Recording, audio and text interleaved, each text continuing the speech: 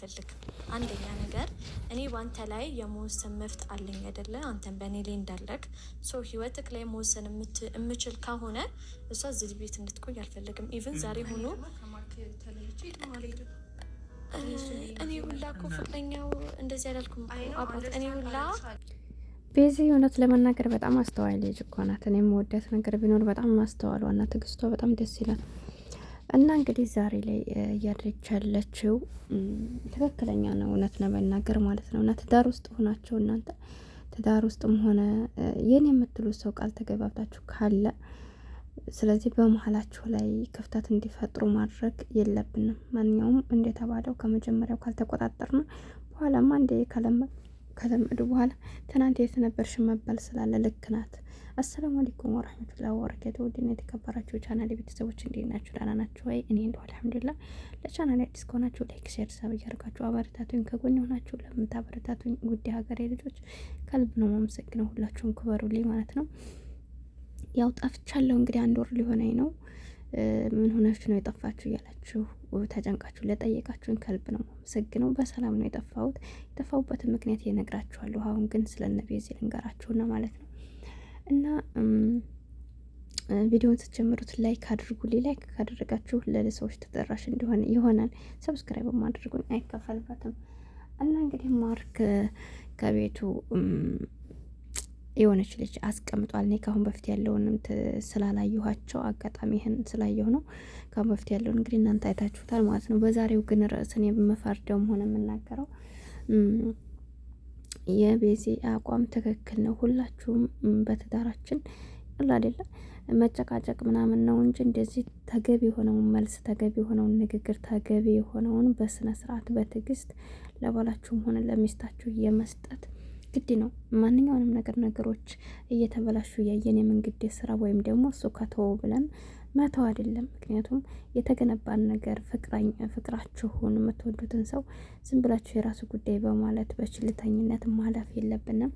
ትክክለኛውን ነገር ነግራችኋት ካመነች ትቀጥላለች፣ ካላመነች ደግሞ ካላስ አንድ ቀን እናንተ ትክክለኛው መንገድ ካስረዳችኋቸው ይህ በይሉንታ ብላችሁ እናንተ ዝም ማለት የለባችሁ። መናገር ያለባችሁን ነገር ትክክለኛ ነገር ከሆነ ከመናገር ወደ ኋላ አትበሉ፣ መናገር አለባችሁ። ባይሆን የምትናገሩበት አንገል ስነ ስርዓት በጎደለው ሳይሆን ስነ ስርዓት ባለው በትዕግስት በሚያስተምር መልኩ እነዚያ ሰዎች በቃ በትዕግስት አዳምጠውት ወይም ደግሞ በእናንተ ንግግር ተገርመው ካሉበት የተሳሳተ መንገድ እንዲመለሱ የሚያደርግ ቃላትን ተጠቅማችሁ ሰውን ላይ መቀየር ይቻላል።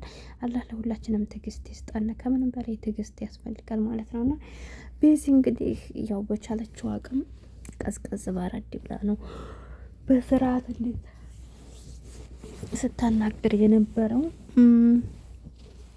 እሷንም ብቻ እሱን ብቻ ሳይሆን እሷን ራሱ በትዕግስት ለማናገር ሞክራታለች። ግን እሷ ደግሞ አይታችኋል፣ እኔ ማርክን ብዬ ነው የመጣሁት ከሱም ልለይ አልችልም ምናምን እንደዛ ይባላል እንዴ? እንደዛ ሳይሆን የሰው እኮ ነው ያነሰው ሰው ነው። እንደውም ብልጥ ብትሆን ቤዚን በመልካም ጎን ቀስ ብላ እንዲህ ብላ ያለበትን ችግር ሰው ከሌላትም ሰው ስለሌለኝ ነው ወይ ደግሞ የሆነ ነገር ብላ ነው። እውነትም ወንድ ገሷ ራሱ እንዴት ነው አንድ ክላስ እንኖር ብላ ማሰቧ። ማርክ ባለፈው ቤዚ ልደርስ ስትለው አይደለ እንዴ አይሆንም ያላት ሲመስለኝ ፕራንክ እያደረጋት ነው እንጂ ማርክም ቢሆን ይህን ነገር አይደግፍም። እንዲያለችው ቤዚ የእናቱ ላይ አይደለ የእህቱ አይደለ ያክስት ሰው አይደለ ልጅ አይደለ ያጎት ላይ አይደለች። ይቺ ልጅ እንግዲህ ባዳናት ሴትና ወንድ ደግሞ አንድ ክላስ ቤተሰብ ያልሆነ ሰው ማደር ይሄ በማንኛውም ተገቢ ነው ብዬ አላስብም። ሸይጣን ያሳስታል እንኳን በዛሬው ወቅት ማለት ነው። እና ስለዚህ ቤዚን አድንቄያታለሁ። ትዕግስቷ፣ አጠያየቋ በቃ የሆነ እንደ እድሜዋ ሳይሆን ከፍ እንዳለ ሰው ነው አመለካከቷ። ማሻአላ ናት። የእውነት ነው የምላችሁ ነው። ሁላችንም ትዕግስት ሊኖርን ይገባል። መጥፎን ሰው ራሱ ወደ መልካም የምንቀይረው በትዕግስት በትህትና ማናገር ስንችል ነው እንጂ መልካም ሰዎችንም ቢሆን እኛ ተሳርበን ወይ ደግሞ አንቋሸን የምንጠይቃቸው የምንናገራቸው ከሆነ የምንፈልገውን ነገር ተገቢ መልስ አይሰጡንም። የፈለግነውንም ነገር እናጣለን ማለት ነው። ደህና ሰዎች ራሱ ይናደዳሉ። ከተናደዱ ደግሞ ጥሩ መልስ አይሰጡንም፣ ወይም ደግሞ የምንፈልገውን ነገር ሊያደርጉልን አይችሉም፣ ወይም ደግሞ ከምንፈልገው ነገር ሊለቁልን አይችሉም ማለት ነው። እና ትዕግስት ያስፈልጋል፣ ብልህነት ያስፈልጋል። ብልህ እንሆን ሁላችንም ማለት ነው። እና እንግዲህ ልጅቷ እንዳለችው እኔ ማርክ እዚህ ቦታ ላይ ማንም የለኝም፣ ብዙም ብዬ ነው የመጣሁት፣ ቤትም ለቀቄ ልሄድ አልችልም። ሲቀጥል ደግሞ ማርክ ስለ አንቺ በጣም ብዙ መልካም ነገሮችን ነግሮኝ ነበረ።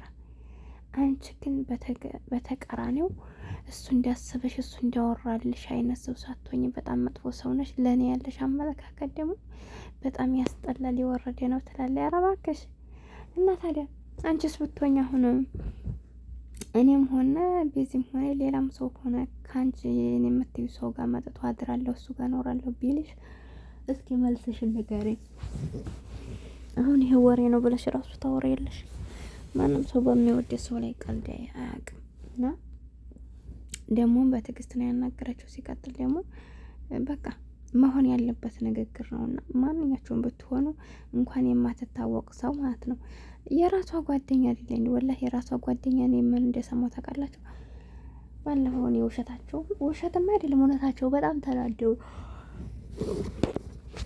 እና ጓደኛዋ ናት። ስለዚህ ባህሏን እንግዲህ አስተዋውቃት መሰለኝ።